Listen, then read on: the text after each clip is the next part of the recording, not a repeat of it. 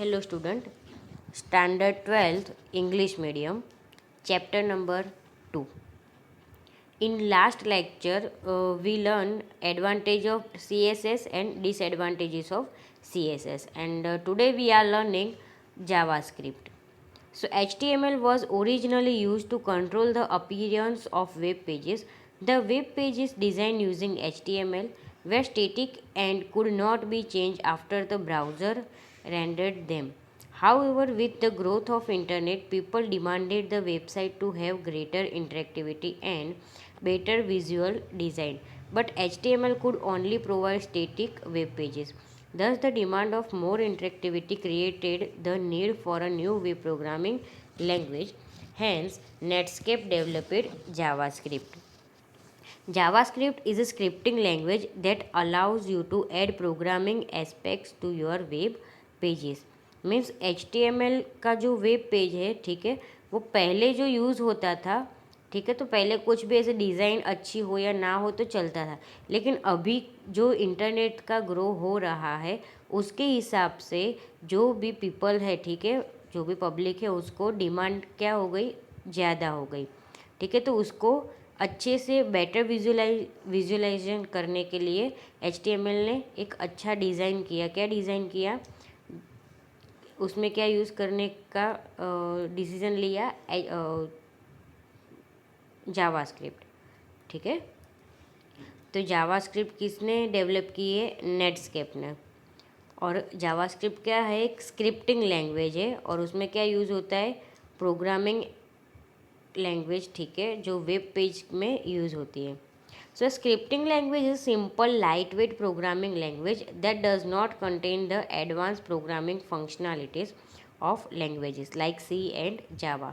Means जो भी हम लोग स्क्रिप्टिंग लैंग्वेज यूज़ करते हैं, ठीक है, जावा स्क्रिप्ट, तो उसके अंदर सी और जावा का कुछ भी, सी और जावा एक लैंग्वेज है तो उसकी फंक्शनैलिटी कुछ यूज़ नहीं होती है. So JavaScript is used in web pages to improve the design and validate the forms. It adds interactivity to HTML pages and is inserted directly into the HTML code.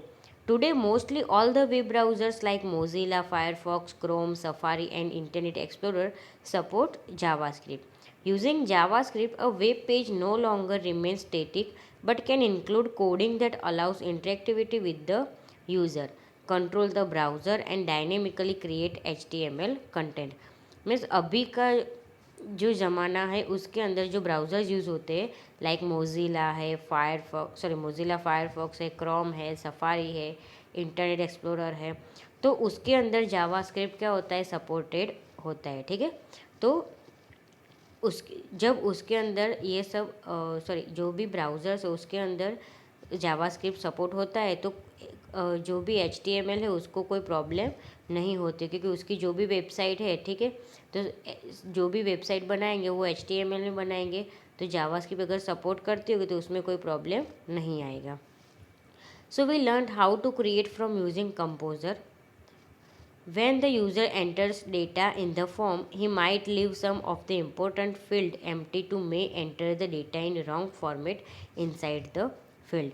Means हमने देखा कि form या कैसे बनाना है composer में, ठीक है, तो अभी वो फॉर्म जो बनाया हम लोगों ने, तो उसके अंदर हम लोग जब डेटा इंसर्ट करेंगे तो उसमें हम लोगों ने क्या क्या लिया था, first name, middle name, last name, फिर जेंडर है, हॉबीज़ है, सिटी है, एड्रेस है, ठीक है. तो ये जो सारे फील्ड है, अगर वो सारे फील्ड में से अगर आप कोई फील्ड छोड़ देते हो, क्योंकि हम लोगों ने सारे जो भी फील्ड लिए हैं वो फील्ड इम्पोर्टेंट फील्ड लिए, ऐसा नहीं कि अगर नहीं लिखोगे फिर भी चलेगा. ठीक है, तो सारे फील्ड आपको क्या करना है, वहाँ पे कंपलसरी लिखना ही है. ठीक है, तो अगर ऐसा हो जाए कि अगर आप कोई भी फील्ड फिलअप ना करो और सबमिट पे क्लिक करो और आप दूसरे पेज पे चले जाओ, तो ये नहीं होना चाहिए. ठीक है, और दूसरा यहाँ पे बोला गया है कि अगर आप ऐसे कोई नंबर हो या फिर अगर आप कोई ऑनलाइन क्या करते हो, परचेज़ करते हो कुछ भी, ठीक है, तो अगर आपको वहाँ पे क्वांटिटी लिखनी है, तो अगर आप क्वांटिटी 1, 2 और 3 लिखना है नंबर में, ठीक है, तो उसकी जगह पे आप क्या करोगे, ONE 1 ऐसे लिखोगे तो नहीं चलेगा. ठीक है, So in such cases, there must be some type of validation provided. This validation will restrict users from making mistakes. Means ये क्या करेगा, यूज़र को मिस्टेक करते हुए रोकेगा. So when the user enters wrong data or leaves a field empty, an error message should be generated and the form should not be submitted. Means जब भी ऐसा कोई फील्ड एम्प्टी छोड़ देगा या फिर तो क्या होगा, वहाँ पे एरर आएगी. ठीक है. The most common form of JavaScript application today is client-side script which runs inside a web browser.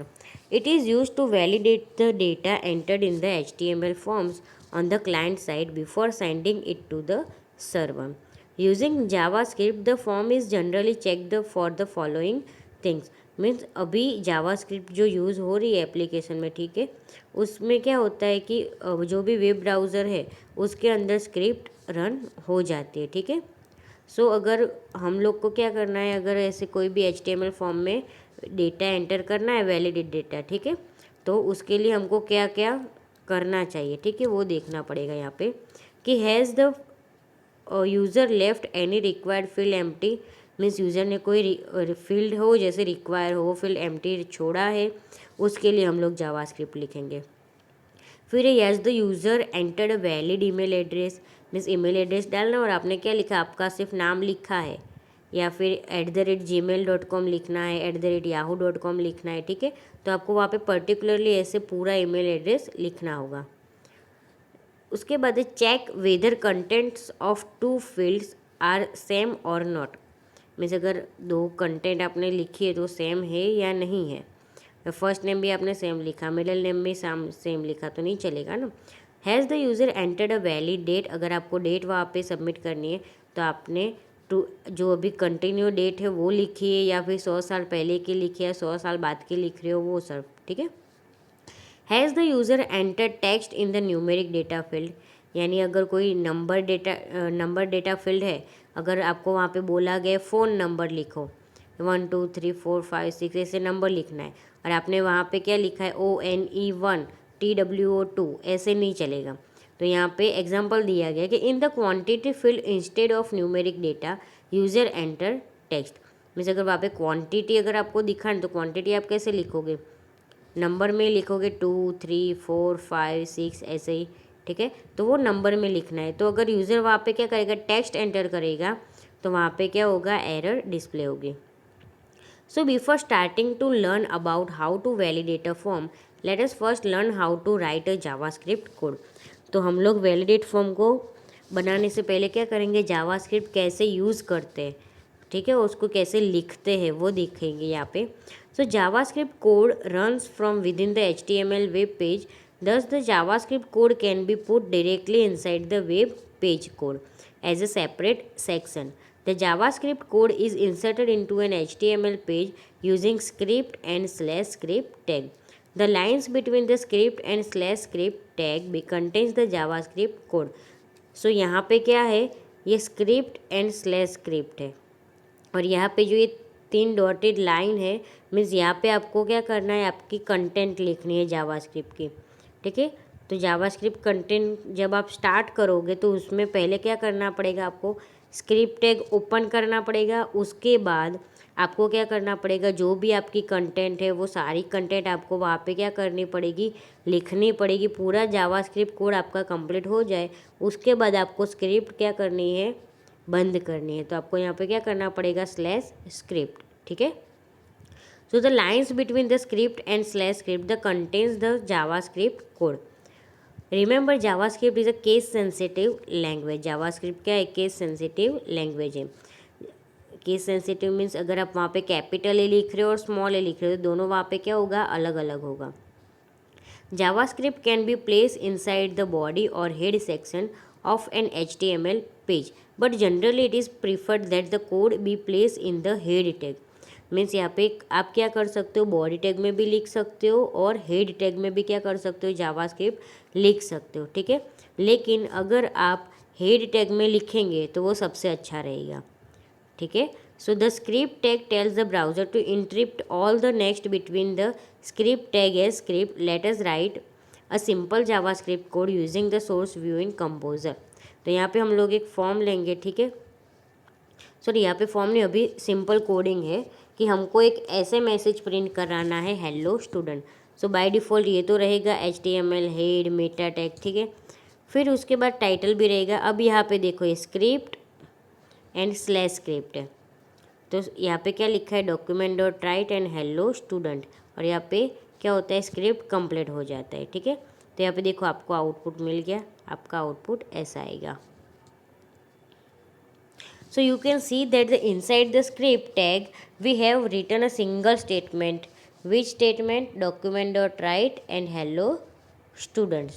So here write is a method which is part of a document object. So यहाँ पे write क्या है, method है, और जो document है वो object है।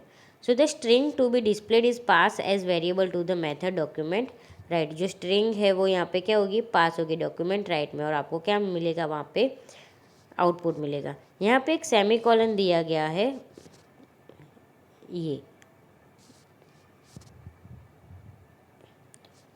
ऐसे लिखा जाता है, ऐसे, ठीक है। तो ये सेमी कॉलन है, ठीक है, वो ऑप्शनल है जावास्क्रिप्ट में कि आप अगर आप लिखोगे तो भी चलेगा, नहीं लिखोगे फिर भी चलेगा। So the semicolon is use as a mark of separation rather than termination. Thus, if you place each statement on a new line, then you need not put a semicolon.